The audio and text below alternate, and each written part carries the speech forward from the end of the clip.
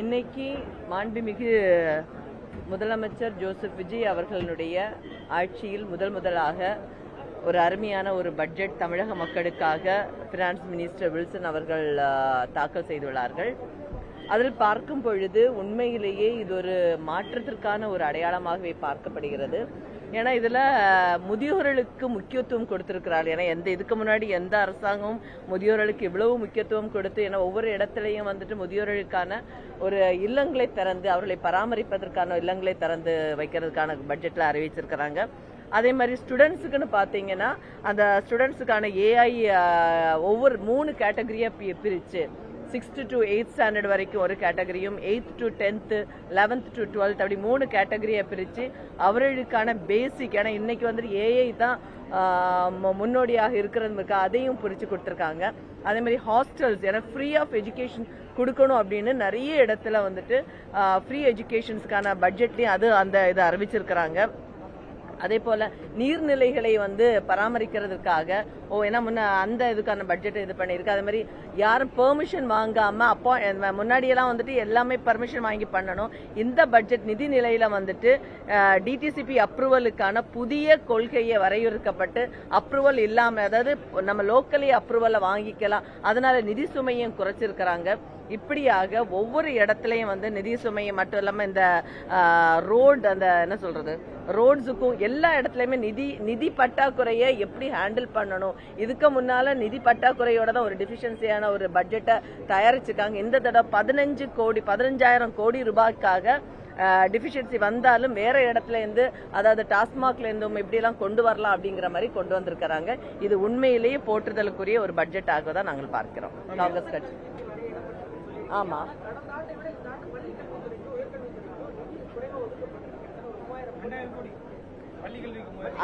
அதுதான் இப்ப முன்னாடி என்னன்னா நம்ம இப்ப நிதி இந்த ஆண்டு பாக்குறோம். முதலே அவங்க வெள்ள அறிக்கை தயாரிச்சிருந்தாங்க. நம்மளுடைய கழிந்த கவர்மெண்ட்ல இருந்து இந்த தடவை வர டைம்ல நிதி பற்றாக்குறை உண்மையில இருக்கு. ஆனா அதையும் பேர் பண்ணணுங்கிறதுக்காக தான் கிட்டத்தட்ட இலவச கல்வி, இதுவரைக்கும் யாருமே கொண்டு வராத இலவச கல்வியை கொடுத்திருக்கிறாங்க. இலவச கல்வி கிட்டத்தட்ட 500 ஸ்கூல்ஸ் கிட்ட நான் அது ஒரு சின்ன 320-500 ஸ்கூல்ஸ் அறிவிச்சிருக்கிறாங்க. எல்லாருக்கும் free of education, hostel facilities, food இதெல்லாம் நீங்க பாத்தீங்கன்னா அதுல போட்டிருக்காங்க.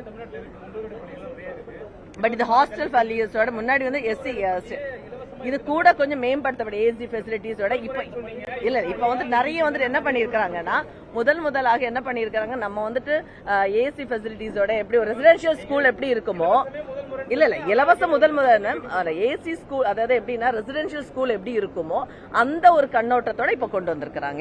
இந்த பட்ஜெட்ல அறிவிச்சிருக்காங்க. அதே மாதிரி பெருந்தலைவர் காமராஜரோட பேர்ல திட்டத்தை அறிவிச்சிருக்காங்க. அந்த உணவு திட்டம் ஆகட்டும், இதெல்லாமே காலை உணவு திட்டம் எல்லாமே அதை அறிவிச்சிருக்காங்க. இதெல்லாம் நிறைய ஒரு முன்னோடி. அது இப்பதானே தொடங்கி இருக்கிறோம் நாங்க. பாருங்க, அந்த எக்ஸிஸ்டிங் நேம் அதான் இருக்கிற ஸ்கீம் தான் நேம் மாத்திருக்காங்க. இதுல என்ன உங்களுக்கு ஃபர்ஸ்ட் டைம் ஒண்ணுமே இல்லையா? எக்ஸிஸ்டிங் ஸ்கீம் தானே. எக்ஸிஸ்டிங் ஸ்கீம்னு சொல்ல முடியாது இல்லையா? முன்னாடி எக்ஸிஸ்டிங் ஸ்கீம்ல டிடிசி அப்ரூவலோட தான் CM morning breakfast scheme already இருக்குது. இப்ப இதுல காமராஜர் பேர் மட்டும் தான் ஆட் பண்ணிருக்கீங்க. இதுல என்ன காமராஜர் பேரும் இல்ல. இப்ப முன்னாடி சின்ன பர்டிகுலர் கிளாஸஸ்க்கு மட்டும் தான் இருந்துச்சு. இப்ப எல்லா கிளாஸஸ் இப்ப 8th வரைக்கும் நம்ம கொடுக்கறோம் இல்லையா? நாங்க திமுக தேர்தல் வாக்குறுதியை பற்றி பேச எங்களுடைய வாக்குறுதி முதலமைச்சர் ஒண்ணுமே புதுசு இல்லன்ற எக்ஸ்டென்ஷன் நீங்க கண்டிப்பா அதை சொல்ல முடியாது. ஏன்னா புதுசாக ஏன்னா இவ்வளவு எக்ஸ்டென்ஷனா இருந்தாலும் முன்னாடி கொண்டு வந்த எந்த ஸ்கீமே நிறுத்தவே இல்ல, அதை கண்டினியூ தானே பண்ணிருக்காங்க. அது ஒண்ணு எவ்வளவு பாராட்டு. இதுக்கு முன்னாடி வந்த கவர்மெண்ட் எல்லாமே ஸ்கீம்ஸ் ஸ்டாப் பண்ணுவாங்க. ஆனா இந்த கவர்மெண்ட், எங்களுடைய கூட்டணியில் இருக்கக்கூடிய இந்த கவர்மெண்ட் எந்த ஸ்கீமையுமே ஸ்டாப் பண்ணல, கண்டினியூ தான் பண்ணிருக்காங்க. இதே மிகப்பெரிய ஒரு பாராட்டுதலுக்குரிய ஒரு விஷயங்கிறத நீங்க புரிஞ்சுக்கணும்.